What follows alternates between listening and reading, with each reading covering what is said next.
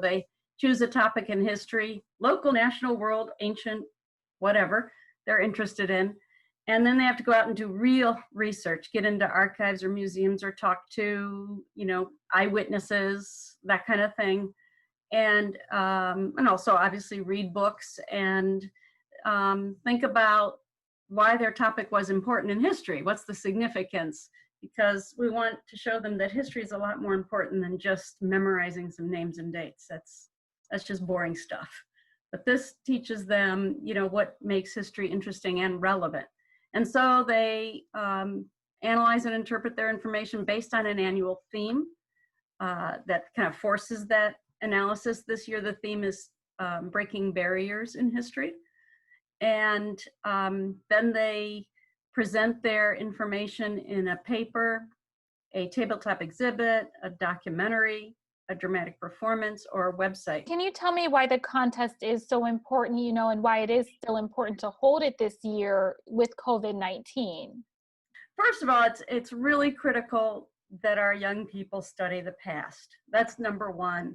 We have so much emphasis in education on science and technology and math and such, and those are important subjects, but not at the exclusion of history, because when you study history, you see the antecedents of where we are today and how we got here, and you see the patterns and the warning signs that can make you alert to some things that are happening now that we either want to stop, analyze, think about, and make policies for the future. So studying the past is really critical. This year with National History Day, I think students are so confused about a lot of things. They see so much that's going on so quickly right now, and much of it is not good. And so being able to place these things in historical perspective and see how we got here and how others dealt with things. So 100 years ago, we had a pandemic with the Spanish flu. That was a worldwide pandemic. And how did people react to that? How did they deal with it? So they're looking at that.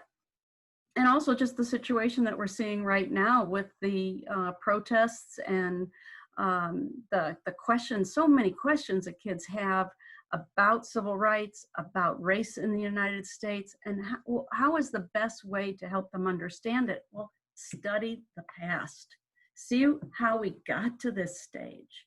See where it came from. What are the seeds? So that's really important. Can you talk about the partnership that you have with the African American Museum? The films being selected to be shown on the website. Can you talk to me about that? This will be, I think, our third year in a row working with the National Museum of African American History and Culture to showcase kids' work that's related to civil rights topics. So students who've looked at all kinds of different, civil rights, human rights kinds of topics, and that might be related to, women's history. It might be related, obviously, to the civil rights movement, African American history. It might be related to some other type of human rights or civil rights. Maybe they're looking at a world issue. It might be something like what happened in Rwanda or Somalia or something like that. So anything that's tied in some way to human or civil rights, the museum is taking those kids' documentaries and putting them up online for a virtual showcase. And if you would indulge me in telling you just one example of one of the documentaries that I've seen, you can imagine all kinds of topics. And one in particular is on Peanuts, the comic strip. Now, right, Peanuts and civil rights, what's that, right? Well, apparently, back in, I think it was about 1969, a teacher was really concerned about the situation with race in America and civil rights issues. And the year before, Martin Luther King had been assassinated, and so on and so on. And she taught in an area where she had a lot of African American kids and was really concerned that she didn't have books that showed African American kids, just like them, being regular kids, right?